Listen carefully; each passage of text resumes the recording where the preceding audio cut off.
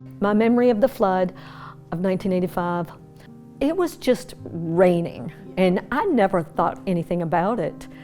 I mean, it was pouring, and I lived down in Goodview, so didn't have any problem with flooding down there.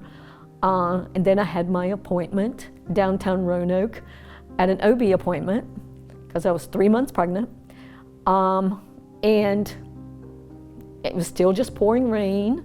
So I waited a while to get in to see the doctor, and when I was getting ready to leave, the roads were flooded. I couldn't even hardly get out the door. It was so flooding. So, of course, there's no cell phones back then. So I go in, I use the phone, I call my dad, and he goes, "Oh, it can't be that bad." I go, "Huh?" I said, "It really is, Dad." And he goes, "Well, I'm on my way." I go, "I don't know if you can get here." And he goes, "I can get there." He had this ginormous lifted truck, you know, so hard to get in and out of, but he goes, "I can get there." And it took him a while, but he did get there, and he picked me up right in front of the door. I got soaking wet. He had to help me up in the truck, and when we left, you know, in front of the door there, and so we're trying to figure out in which way would be safer.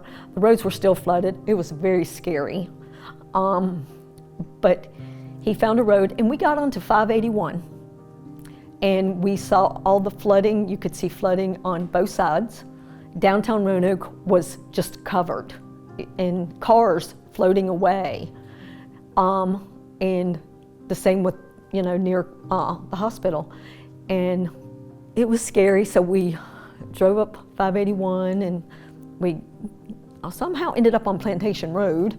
It wasn't flooding there, and we went to a place where we used to live when I was young, and that was all flooded. It was near a creek.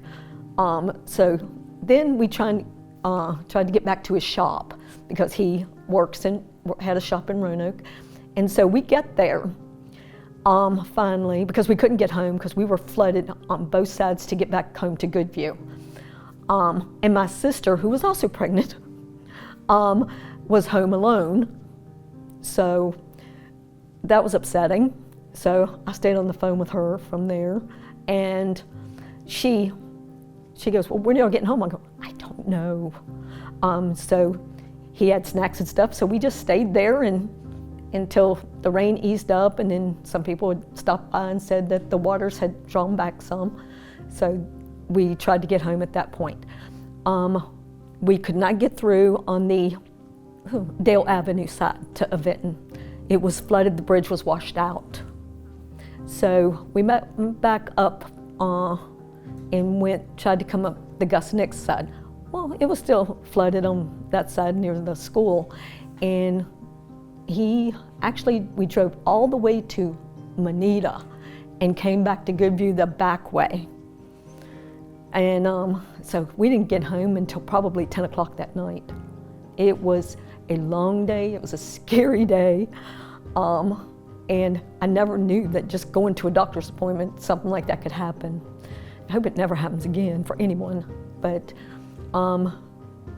like I said, I was very thankful that my dad came and got me.